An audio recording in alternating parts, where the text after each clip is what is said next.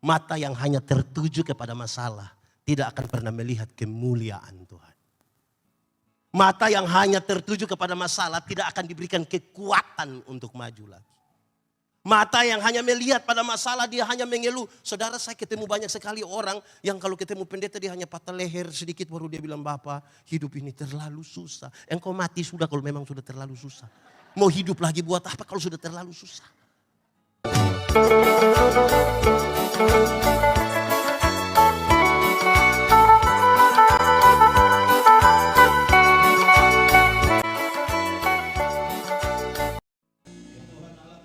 Kepadamu, kuatkanlah dan teguhkanlah iman kami, supaya waktu di mana kami belajar firman Tuhan, biar ini menjadi waktu paling baik buat kami. Kami berdoa, Tuhan jauhkan semua penggoda pencobaan, baik di dalam kami maupun di sekitar kami, supaya di dalam damai-Mu kami belajar firman Tuhan. Kami percaya bahwa hanya kuat kuasa Roh Kudus-Mu yang mampu menolong kami, bukan saja untuk mengerti firman Tuhan, tapi lebih dari itu kami dimampukan menjadi pelaku-pelaku firman-Mu. Kami rindu pada firman-Mu. Berfirmanlah bagi kami Tuhan. Di dalam nama Yesus firman yang hidup itu kami berdoa. Amin. Mari silakan duduk semuanya. Bapak Ibu Saudara-saudara, Shalom. Sukacita di ulang tahun 66 GKPU Halim Perdana Kusuma. Tema kita adalah Dia Kekuatanku, bersyukurlah. Pembacaannya terambil dari Habakuk pasal 3. Ayat 17 sampai ayat yang ke-19. Habakuk pasal 3 ayat 17 sampai ayat yang ke-19. Sekalipun pohon ara tidak berbunga, pohon anggur tidak berbuah, hasil pohon zaitun mengecewakan. Sekalipun ladang-ladang tidak menghasilkan bahan makanan, kambing domba terhalau dari kurungan, dan tidak ada lembu sapi dalam kandang. Namun aku akan bersorak-sorak di dalam Tuhan, beria-ria di dalam Allah yang menyelamatkan aku. Allah Tuhanku itu kekuatanku. Ia membuat kakiku seperti kaki rusa. Ia membiarkan aku berjejak di bukit-bukit. Demikian firman Tuhan. Berbahagia setiap orang yang mendengar firman, memelihara dan melakukan dalam hidup setiap hari. Shalom. Sekali lagi shalom. Mari kasih salam yang di samping kiri kanan, katakan selamat ulang tahun. Ulang tahun yang ke-66. Oke, boleh sedikit bergerak dari tempat kita.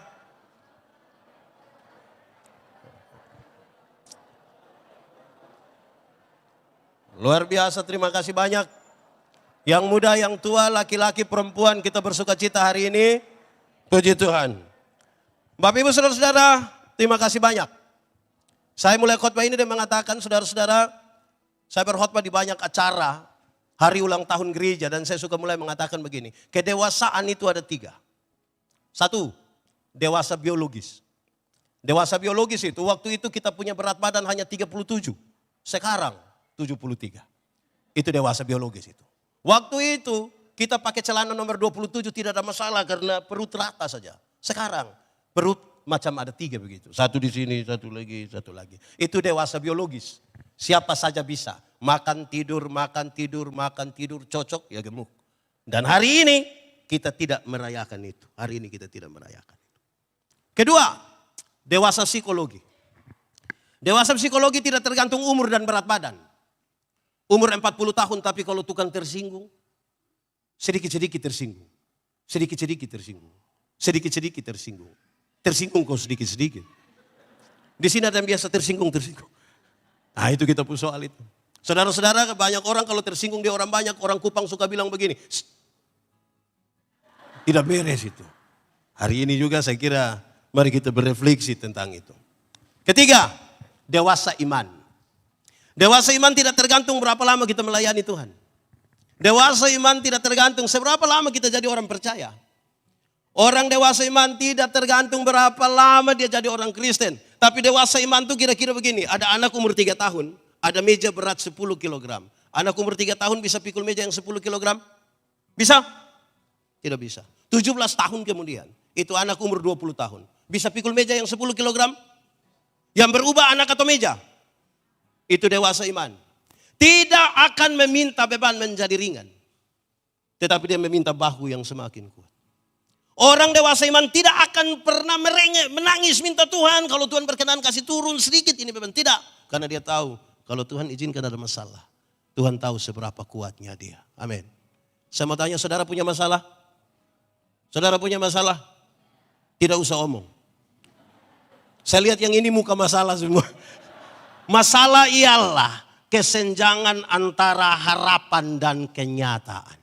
Itu masalah. Tiap-tiap hari kita berjumpa. Tetapi saudara tahu, orang dewasa iman tidak akan meminta orang lain berubah. Tapi siapa yang berubah? Diri sendiri yang berubah. Kadang-kadang kita terlalu sibuk meminta orang lain berubah. Tapi kita tidak berubah. Kita lebih banyak pencitraan, saudara.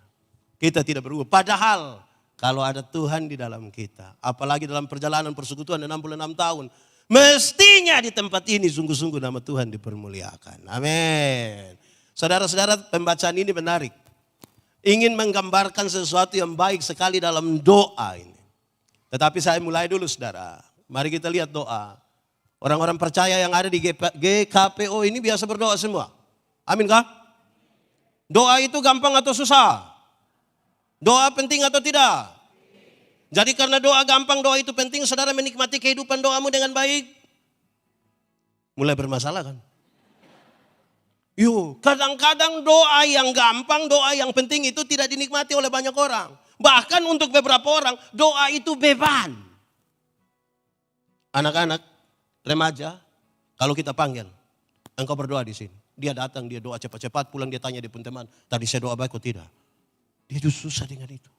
Ada orang paling cerewet di sini, tapi kalau kita bilang sebentar Pak tolong doa makan, dia sembarang saja.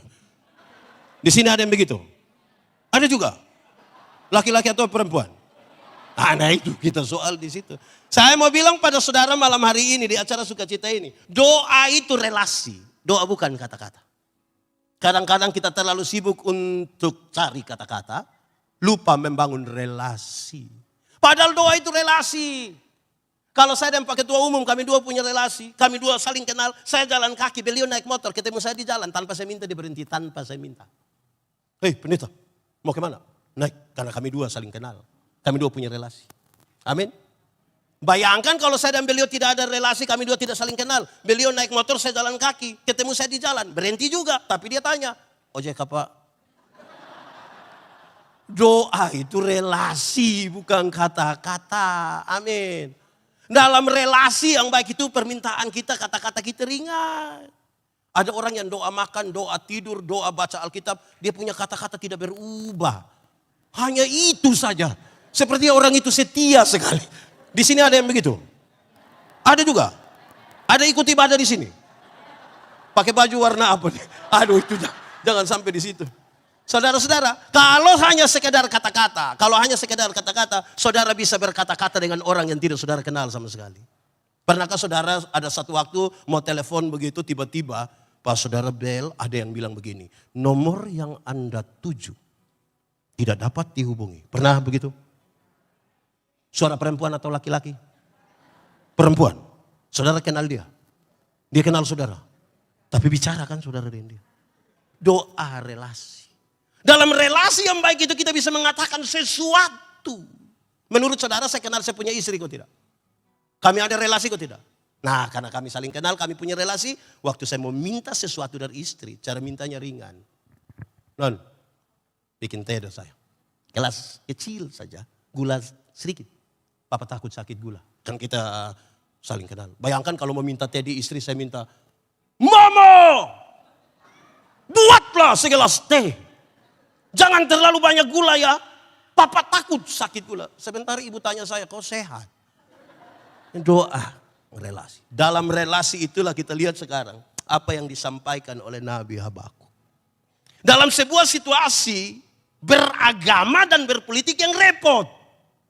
Ini gambaran yang menarik sekali. Sekalipun pohon ara, sekalipun anggur, sekalipun pohon zaitun tidak menghasilkan apa-apa. Saudara tahu pohon ara yang dimaksudkan yang besar itu, yang akan dibuat manisan. Yang akan setara dengan madu. Tapi tidak menghasilkan apa-apa. Anggur yang sangat penting bagi mereka. Minyak zaitun untuk kepentingan minyak untuk kesehatan. Minyak untuk ibadah. Dan sekarang tidak ada.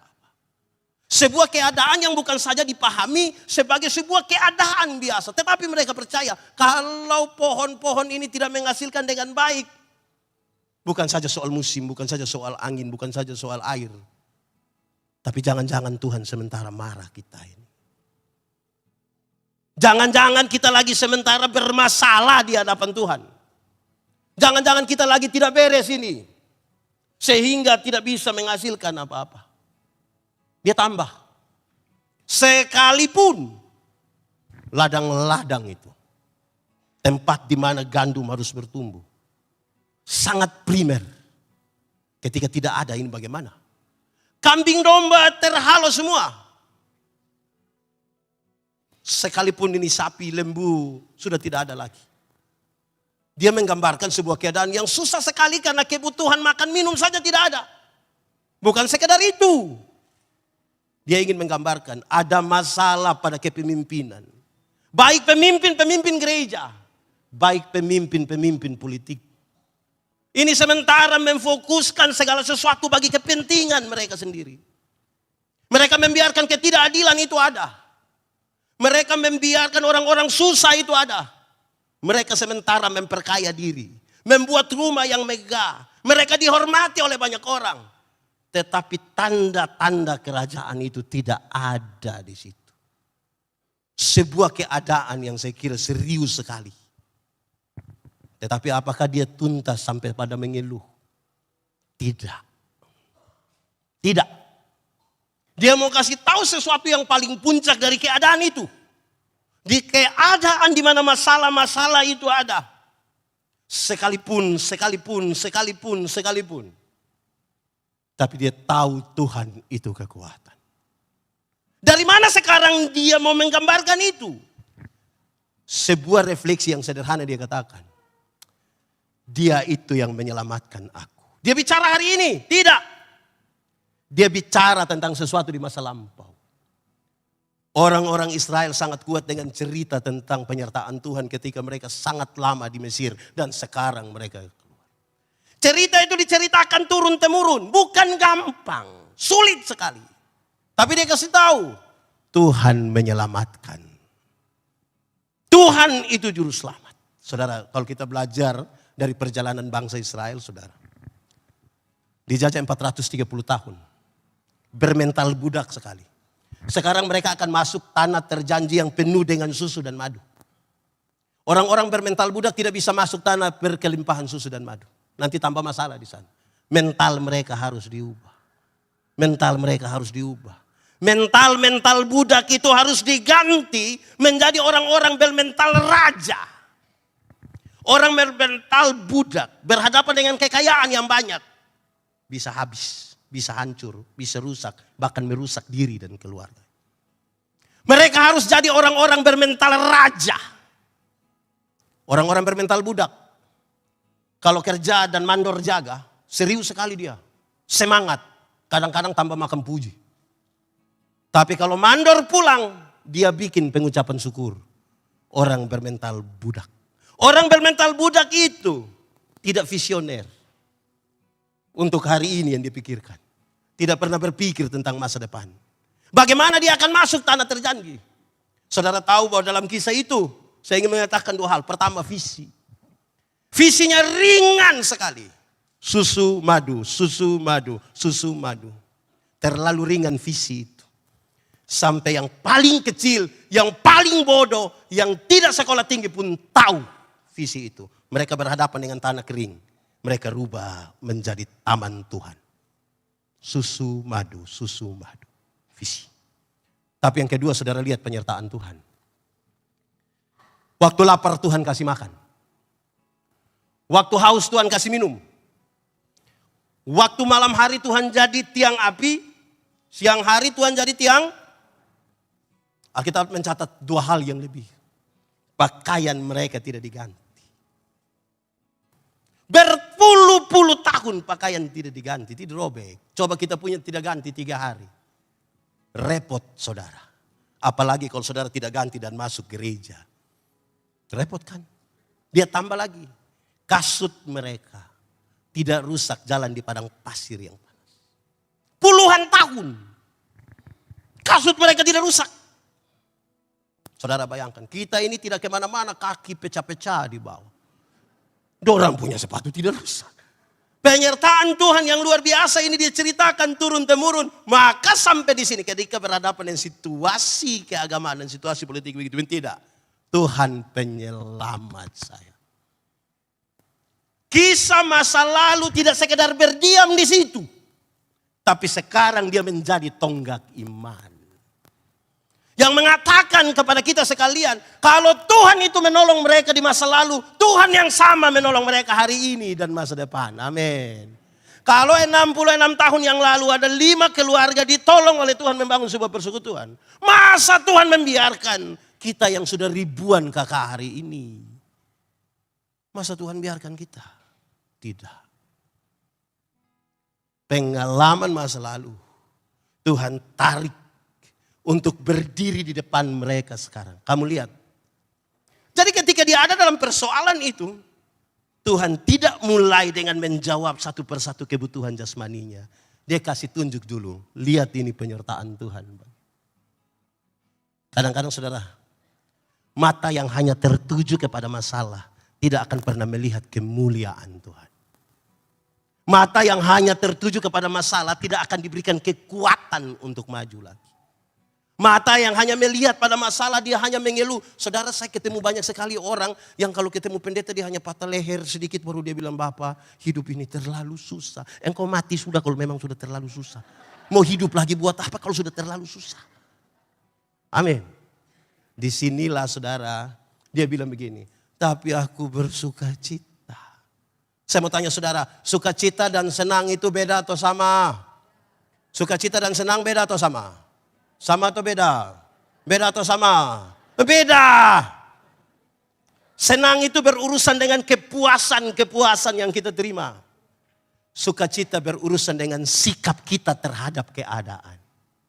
Menyangkut senang Alkitab berkata, ingat, ada waktu untuk senang, tapi ada waktu untuk susah. Jadi kalau saudara sementara senang sekarang, ingat, sedikit lagi susah. Kalau saudara sementara susah sekarang, mungkin sedikit lagi sudah mati mungkin. Kita juga tidak tahu kita hidup sampai kapan juga. Tetapi Alkitab mengatakan tentang sukacita dia bilang apa? Bersukacitalah, senang, baik waktu senang, baik waktu. Kalau saudara berefleksi, banyak jemaat, banyak anak-anak Tuhan, cari Tuhan hanya untuk senang, bukan untuk sukacita. Kenapa? Kalau senang yang saudara cari, dunia bisa memberikannya bagi saudara. Uang yang banyak membeli kesenangan, tapi tidak dengan sukacita. Kalau sukacita yang saudara cari, hanya ditemukan di dalam siapa? Tuhan. Senang itu bagian dari sukacita, tapi senang itu bukan sukacita. Ulang, senang itu bagian dari sukacita, tapi senang itu bukan sukacita. Seperti ban itu bagian dari mobil. Tapi ban itu bukan mobil. Supaya jangan saudara naik ban, kira saudara naik mobil. Banyak orang mencari senang bukan sukacita. Ini kita punya persoalan untuk berefleksi tentang Tuhan. Tuhan yang ajaib itu sekarang dia tahu. Oh begitu. Bahkan Tuhan membuat saya seperti rusa. Yang melompat. Mengikuti ini bukit-bukit. Apalagi yang kurang? Ada masalah. Tuhan tidak pernah menjanjikan lautan tenang. Amin. Bukan laut kalau tidak ada gelombang. Air yang tidak ada gelombang itu namanya apa? Aqua. Itu tidak ada gelombang. Tuhan janji berikan kekuatan ketika saudara ada di tengah-tengah masalah. Amin. Itu yang jadi. Saya bayangkan saudara-saudara, Paulus dengan yakin sekali mengatakan begini. Apa yang dapat memisahkanku dari kasih-Mu Tuhan sahabat. Saudara tahu lagu ini? Kalau tahu pulang baru menyanyi. Jangan. Dia menggambarkan penderitaan ringan yang kita alami tidak dibandingkan dengan kekekalan yang Tuhan kerjakan bagi kita. Coba saya periksa penderitaan-penderitaan Paulus yang katanya ringan itu. Ada banyak. Tapi paling tidak saya sebutkan 3. 1, dia pernah terdampar di laut itu. Saya mau tanya saudara, terdampar di laut itu ringan? Supaya kalau ada yang bilang ringan, coba ikut saya ke laut. Saya lepas dia di... Berarti itu, Paulus itu pernah di penjara. Ringan? Kalau ada yang bilang ringan, coba bikin kerusuhan. Dia langsung tahu. Paulus itu pernah merasakan cambuk. Sekali hukuman cambuk di sana. Kira-kira 39 kali pukul. Di ujung cambuk ada gading yang kira-kira dia begini. Yang sekali ditaruh dia bisa bawa daging. Sakit. Ringan. Tapi kenapa dia bilang ini ringan? Waktu dibandingkan dengan peristiwa penyelamatan itu. Ini tidak ada arti apa-apa. Tidak ada arti. Amin. Refleksi yang paling gampang kita tanya ibu-ibu. Saya mau tanya ibu-ibu, boleh jawab jujur. Ibu-ibu. Di sini tidak ada ibu-ibu. Ibu-ibu. Melahirkan itu sakit atau tidak? Terlalu sakit. Baik melahirkan normal maupun abnormal. Tetap sakit. Ya sesar itu abnormal lah. Saudara, waktu ibu sakit melahirkan, kami suami saja kan tidak bantu kan. Suami-suami paling di luar terus dia taruh tangan di kepala. Dia bilang Yesus. Tapi tidak. Sudah bilang Yesus lah, terus dia bayangkan kira-kira ini anak muka seperti siapa ini. Paling. Iya kan? Sakit. Amin. Lanjut. Anak-anak ketika mereka baru lahir. Mereka kan hanya bisa menangis. Kalau anak-anak menangis. Orang tua membayangkan hanya ada 2 persoalan. Basah atau lapar. Betul? Anak-anak punya waktu bangun. Orang tua punya waktu tidur. Orang tua punya waktu bangun. Anak-anak punya waktu. Banyak orang tua tidak tidur karena anak-anak. Jam 3 subuh juga orang tua masih sementara goyang-goyang. Pernah alami itu? Sudah sempoyongan karena tidak tidur sambil goyang-goyang. Seringkali ibu-ibu dipaksa lagi jadi penyanyi. Makanya lagu mereka seringkali tidak bisa dipertanggungjawabkan. Kalau tidak bobo digigit. Padahal justru kalau anak bobo itu baru nyamuk gigit. Kalau anak ada lari-lari nyamuk mana gigit dia tidak ada. Tapi sudahlah kira-kira gitu. Sekarang saya tanya saudara. Ibu-ibu ini kan latih anak-anak bicara. Bapak-bapak kan latih anak-anak bicara satu-satu suku kata. Ma. Pa. Ketika dia mulai remaja, mulai ada teman. Dia suka bicara sama papa mama. Dia suka bicara sama papa mama. Dia lebih suka bicara sama teman. Ibu-ibu tahu begitu? Pertanyaannya, lalu kenapa kasih makan dia? Kenapa kasih makan? Kenapa kasih makan dia? Latih dia bicara, kok bukan bicara sama kita, dibicara sama orang lain. Kok dikasih makan? Orang tua latih anak jalan. Satu-satu langkah, sambil pegang di tangan dia latih. Ta. Jalan belakang itu. Waktu dia mulai remaja, suka jalan sama papa mama. Suka jalan sama papa mama. Dia lebih suka jalan sama, kenapa beli handphone buat dia? Saudara lihat sesuatu yang sangat kuat di situ. Ini yang harus diceritakan bagaimana. Saudara bayangkan. Berbayarkah itu? Tidak. Saya kira saudara tahu ilustrasi ini. Ketika satu orang sudah sukses. Dia pergi lihat ibunya yang sakit di rumah sakit. Rupa-rupanya waktu ibunya sakit, dia sibuk sekali pergi datang kantor lihat ibunya. Satu saat dia datang, dia bawa satu map. Dia bilang, ibu, nanti ibu baca sendiri di dalam map itu. Kalau ibu tidak tahu 1-2 hal boleh tanya ke saya. Ibunya coba buka, dia tulis. Biaya pergi pulang urus ibu, beberapa juta. Biaya makan untuk ibu berapa juta. Biaya ini itu berapa juta. Terus ibunya bilang begini, nak, karena anak mulai perhitungan sama ibu, maka ibu juga mau bikin perhitungan. Saya tulis beberapa hal dan kalau nanti nak rasa kurang mengerti boleh tanya. Dia tulis. Tapi nanti pulang baru engkau baca. Dia tulis. mengandung engkau kurang lebih 9 bulan. Biaya gratis. Membesarkan engkau sampai umur 27 tahun waktu engkau menikah, biaya gratis. Waktu masa kecilmu susu yang begitu banyak, gratis.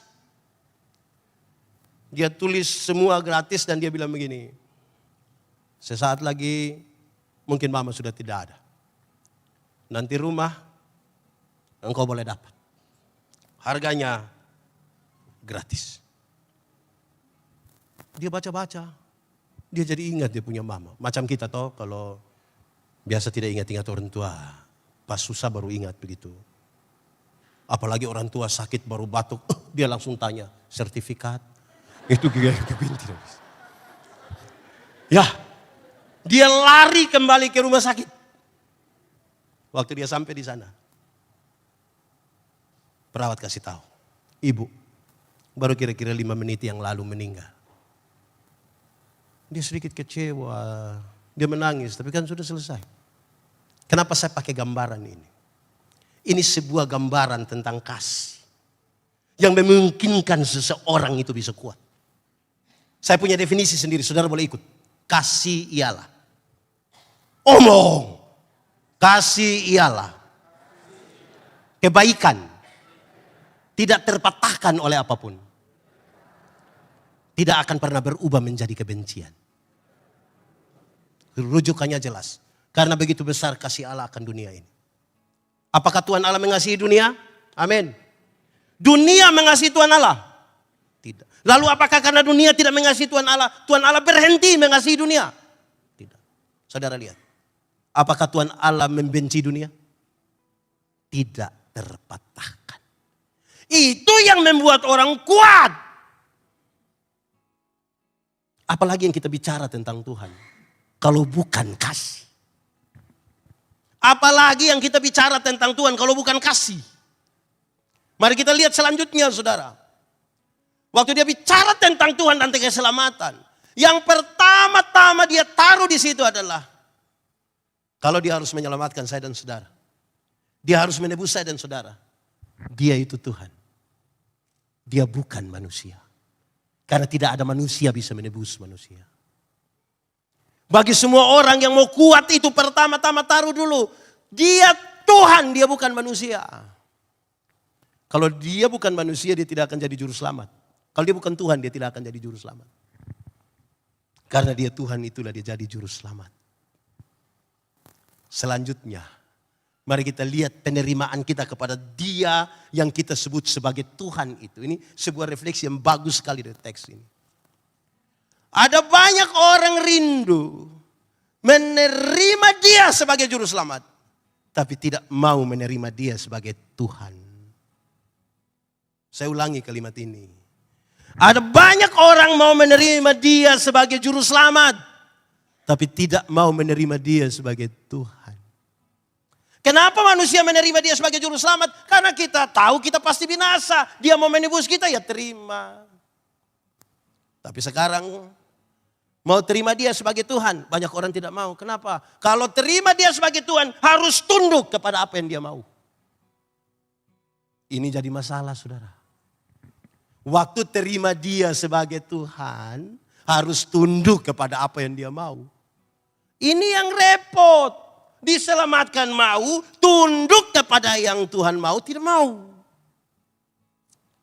Ini sekarang sudah. Bagaimana terima Tuhan? Saudara harus terima dia dengan segenap hati. Tetapi juga segenap akal budi. Saudara, saya ingin mengatakan kepada saudara, saudara harus terima dia dalam kesadaran di sini juga. Di sini sudah betul segenap hati, segenap jiwa, tapi juga dengan segenap kesadaran ini. Saudara tidak bisa menerima dia kalau tidak sadar. Bagaimana saudara pingsan terima dia? Dalam kesadaran. Sekaligus belajar menjembatani dua hal ini. Kerepotan kita adalah menjembatani apa yang ada di sini sebagai kesadaran dan apa yang kita imani di sini untuk Tuhan. Saudara lihat, Ada banyak orang yang akalnya bagus sekali. Oh itu orang punya cara berpikir mantap. Itu orang cara bicara mantap. Hatinya rusak. Betul? Di GKPO ada.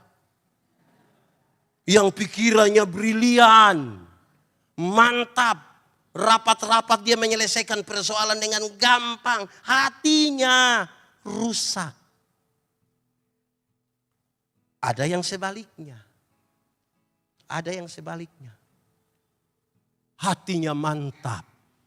Ikut gereja. Jam doa beres. Hati mantap. Pikiran rusak. Di GKPU ada. Hati mantap tapi pikiran rusak. Nah ini bagaimana kita terima dia sebagai Tuhan dan Juru Selamat. Saudara tahu, sebenarnya ini bagian dari apa yang saya sebut dengan nama spiritualitas. Spiritualitas itu gerakan dari dalam ke luar, bukan dari luar ke dalam. Yang dari luar ke dalam itu pencitraan. Orang kalau spirit bagus tentang kebersihan misalnya, dia datang, lihat gereja kotor, dia langsung sapu, dia langsung pilih itu sampah, dia buang. Itu spirit mantap. Tetapi yang pencitraan, dia janji anak-anak, pas saya sapu, engkau bikin video. Bagikan di sektor. Itu pencitraan itu. Di sini ada yang pencitraan kuat. Nah, itu hati dan pikiran tidak nyambung itu. Saya waktu berbagi kisah soal ilmu berkhotbah, mereka tanya saya, "Hei pendeta, khotbah yang baik itu yang bagaimana?" Saya bilang, engkau punya maksud. Khotbah yang baik itu tulis atau tidak tulis, berapi-api atau berair-air. Saya bilang tidak. Khotbah yang baik bukan soal tulis atau tidak tulis, bukan soal berapi-api atau berair-air. Khotbah yang baik ialah bicara apa, lakukan itu. Jangan omong lain, buat. Ada orang yang lebih parah, pikir lain, omong lain, buat lain. Hasilnya kelainan. Saudara kalau ketemu orang kelainan itu kan tidak sinkron semua. Pikiran lain. Nah, repotnya kalau dia ada di GKPO. Dia bikin rusak ini gereja. Jadi bagaimana sekarang kita akan bertumbuh? Tadi dari soal iman kita, saudara. Saudara, definisi tentang iman ini menarik. Definisi iman ini menarik. Tidak ada definisi yang lebih indah selain tadi. Selain yang tertulis di Ibrani 11 ayat 1. Apa? Iman adalah apa? Dasar dari segala sesuatu yang kita harapkan. Dan bukti dari segala sesuatu yang pada saat semua orang rindu melihat dulu baru percaya. Justru definisi iman bilang tidak melihat tapi. Nah ini repot ini. Saudara, kalau ada kecelakaan kendaraan, tinggal 2 orang yang selamat. 1 orang beriman, 1 bukan orang beriman. Yang orang beriman akan mengatakan, untung Tuhan saya selamat, untung Tuhan.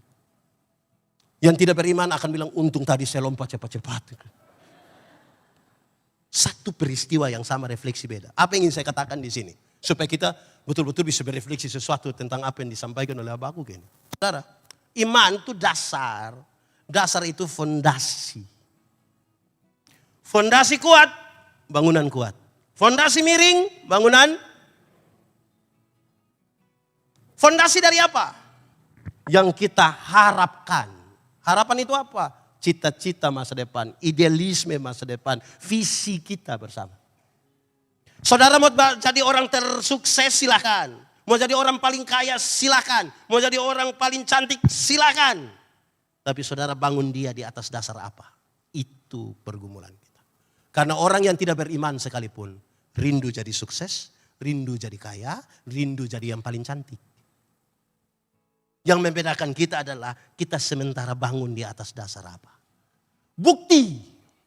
Bukti dari apa? Yang tidak kita lihat. Ini penjelasan yang menarik. Kenapa? Para arsitek. Waktu dia ingin menggambar sesuatu bangunan. Mungkin juga gereja ini. Waktu dia mau gambar satu bangunan. Dia taruh dulu di sini. Ruangan berapa? Ukuran kira-kira berapa? Berapa lantai? Pintu di mana? Jendela di mana? Tangga di mana? Itu dia taruh di sini. Kelihatan atau tidak kelihatan? Dari yang tidak kelihatan, dia gambar di atas kertas. Mulai kelihatan? Mulai kelihatan. Setelah dia gambar di atas kertas, baru orang mulai bekerja. Waktu bangunan itu jadi, bangunan itu sudah mewah, banyak orang kagum dengan itu bangunan, foto-foto lagi di depan.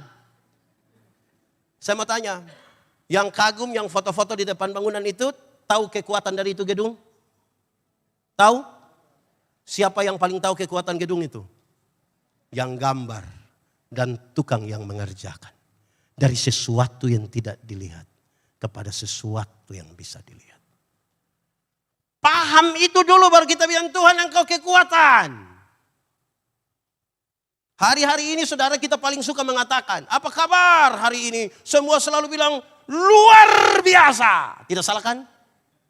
Pertanyaan kedua, luar biasa tiap hari atau hanya satu hari? Luar biasanya tiap hari atau hanya satu hari? Yakin tiap hari? Oke. Kalau luar biasa tiap hari, ya dia jadi biasa-biasa. Karena sudah tiap hari.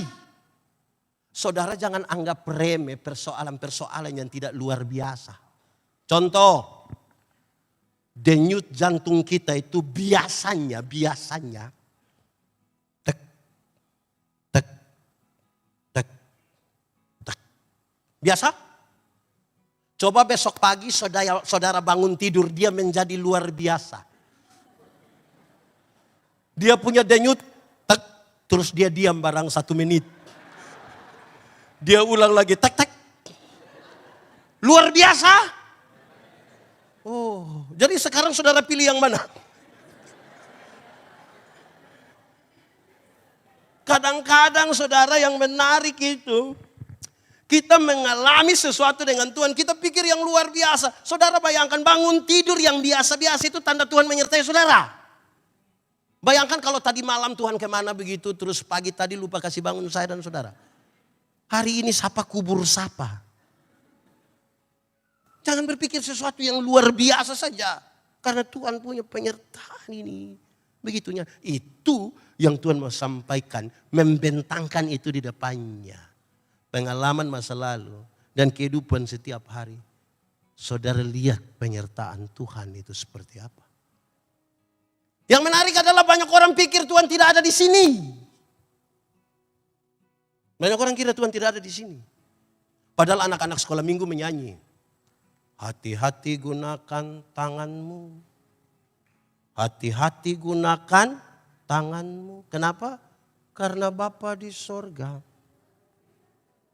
Hati-hati gunakan.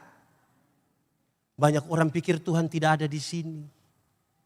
Sesuka hati dia pakai dia punya tangan. Sesuka hati dia pakai dia punya mulut. Karena dia kira Tuhan tidak ada di sini. Kalau saudara menyatu dengan Tuhan, melekat dengan Tuhan. Saudara bayangkan, suami istri yang bertengkar. Di sini suami istri pernah bertengkar. Saya kira hanya kami di Kupang sih. Di sini juga suami istri juga bertengkar juga Suami istri itu kalau bertengkar saudara, jangankan Tuhan, pendeta datang saja mereka tiba-tiba damai. Mereka ada lagi marah-marah, maki-maki, banting-banting. Tiba-tiba pendeta bilang, Shalom. Tiba-tiba mereka baik, Shalom Bapak, Shalom. Aduh sayang, mari, mari Pak Pendeta, mari. Amin toh? Itu baru pendeta. Apalagi kalau Tuhan bersama-sama dengan engkau. Apalagi kalau Tuhan sama-sama. Ini yang serius bagi kita. Kalau mau Tuhan jadi kekuatan. Banyak orang mau Tuhan bantu tapi tidak mau bersatu dengan Tuhan. Sekarang saudara, bagaimana rumus bersatu dengan Tuhan? Ringan, jaga kekudusan. Tuhan yang kita sembah Tuhan yang kudus. Mau datang kepadanya harus datang dalam kekudusan. Karena yang kudus tidak dapat bersatu dan tidak kudus. Yang terang tidak dapat bersatu dengan yang gelap. Tanggalkanlah kasutmu sebab tempat di mana engkau berdiri itu kudus. Ini yang susah. Saudara, kita di terang bisa lihat orang di gelap? Bisa tidak? Orang di gelap bisa lihat kita di terang? Lalu kenapa kadang-kadang kita di terang kembali ke gelap?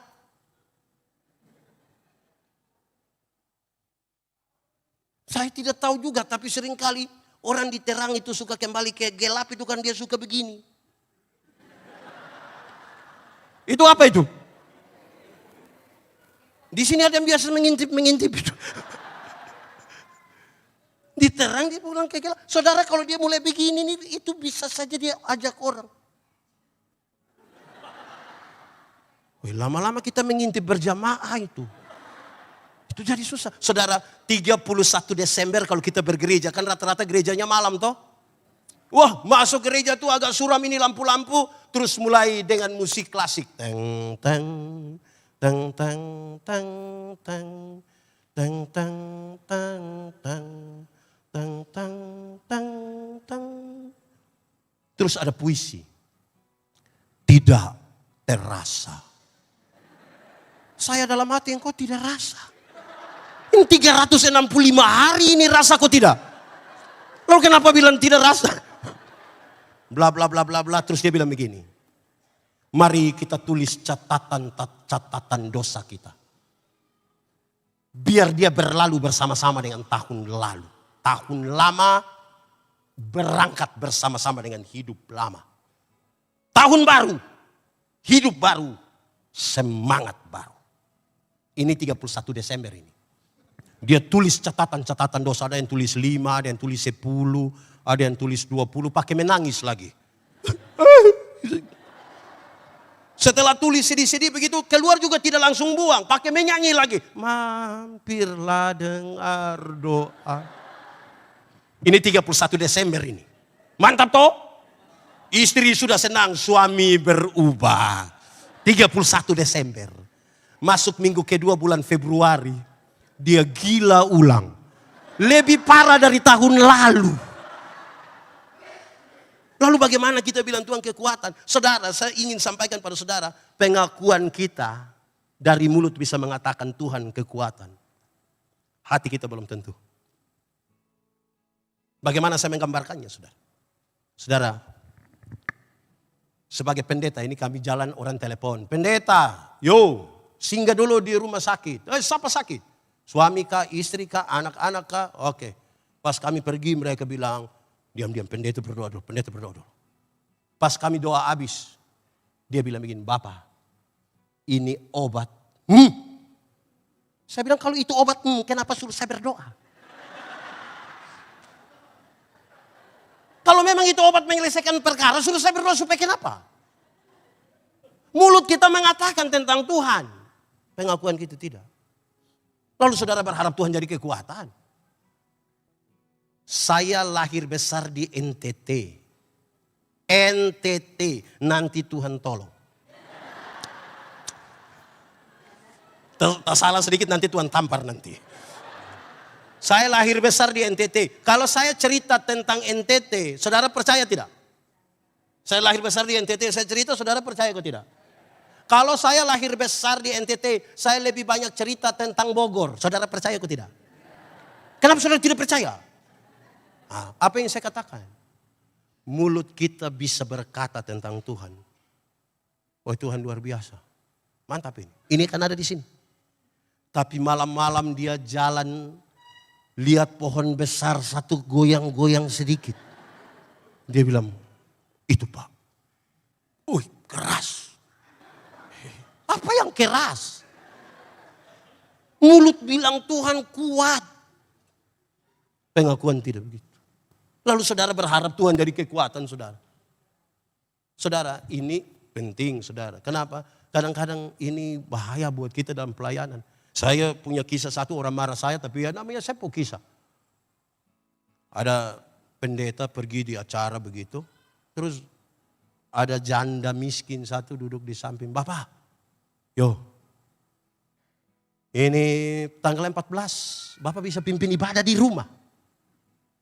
Pak pendeta bilang, aduh saya sibuk, nanti penatua saja yang pergi tidak apa-apa. Oh, tidak apa-apa, Bapak, tidak apa-apa.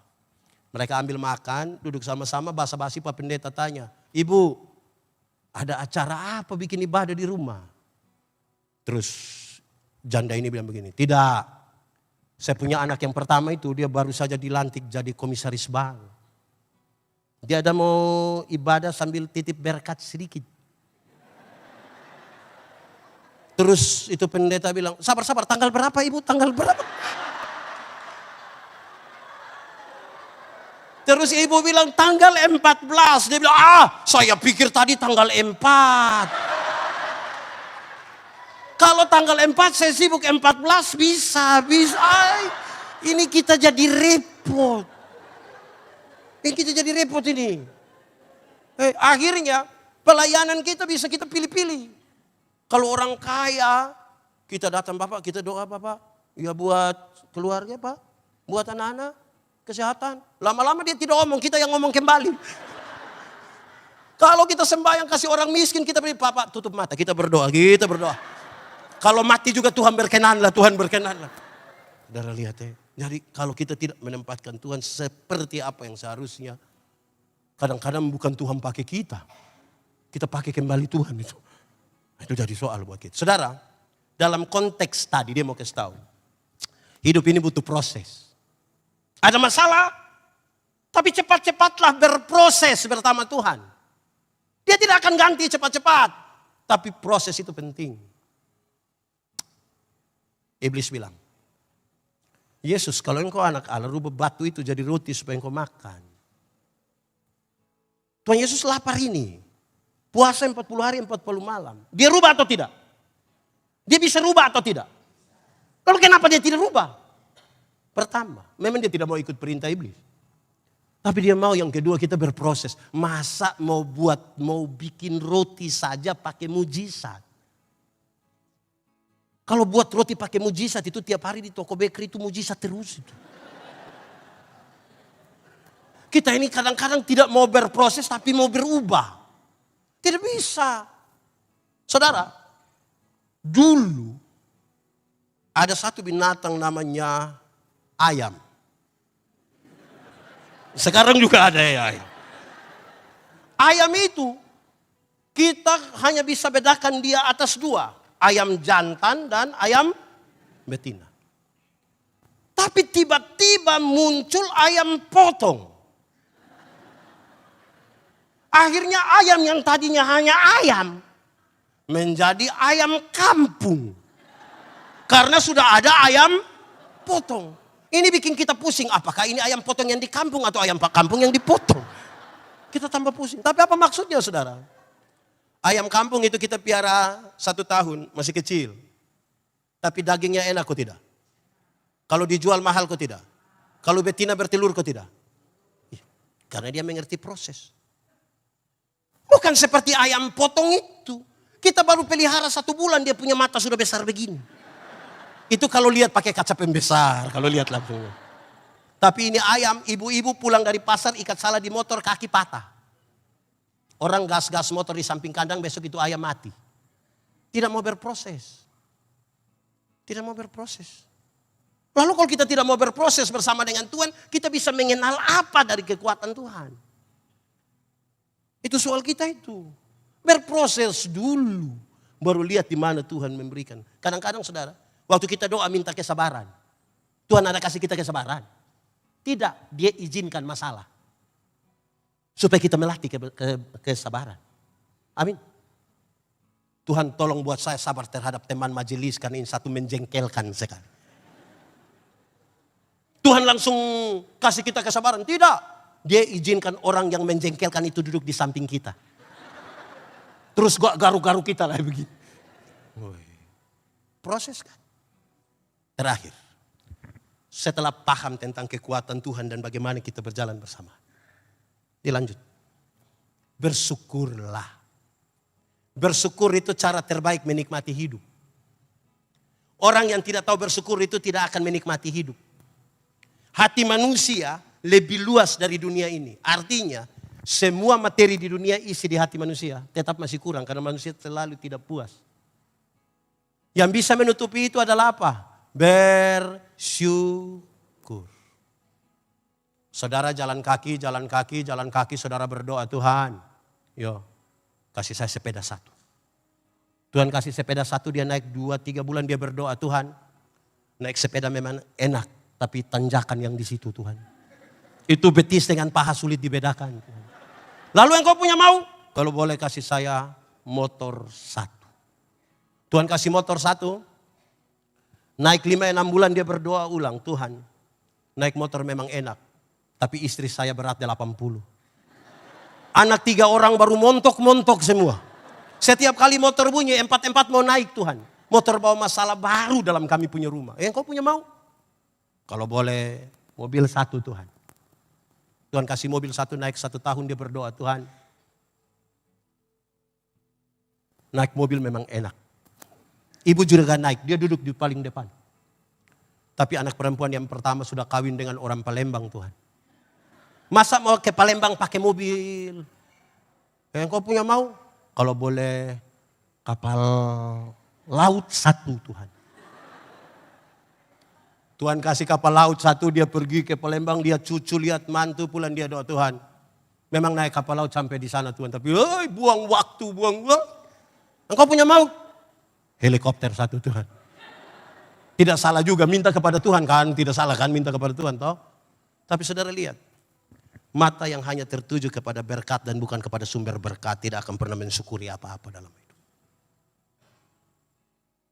Bersyukurlah itu kalau mata kita hanya tertuju kepada sumber berkat.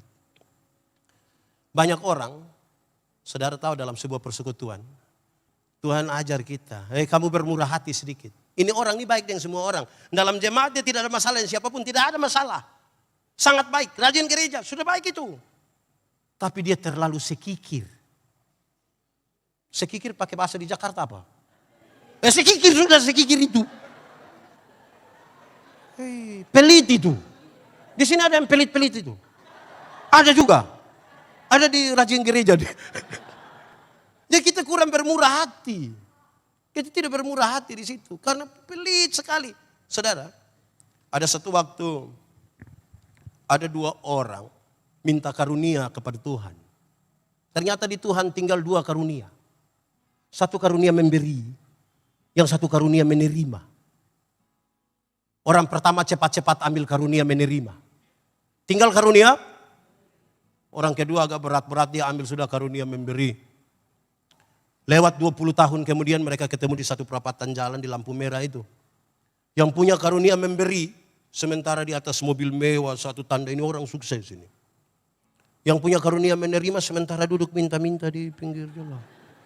Waktu mereka baku lihat begini, yang satu lah, waktu itu kan engkau dapat karunia memberi, kenapa sekarang engkau lebih sukses dari saya?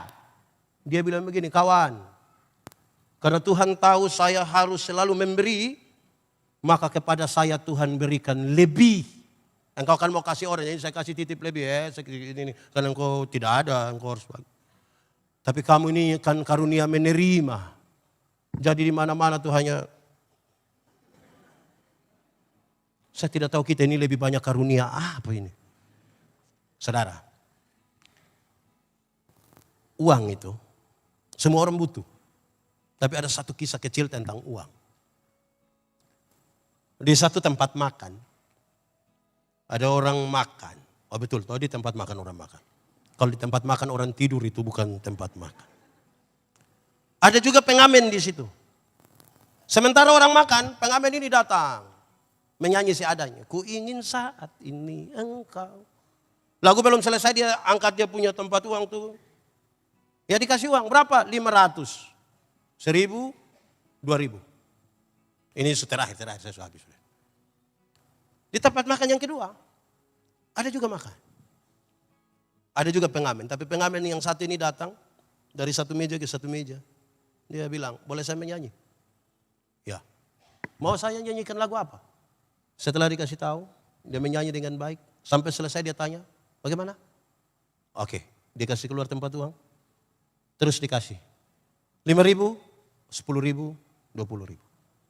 Di tempat makan yang berikut, ada orang makan, ada juga orang menyanyi. Tapi pengamen yang satu ini, dia tidak mau ganggu siapa-siapa. Dia duduk di pojok ruangan.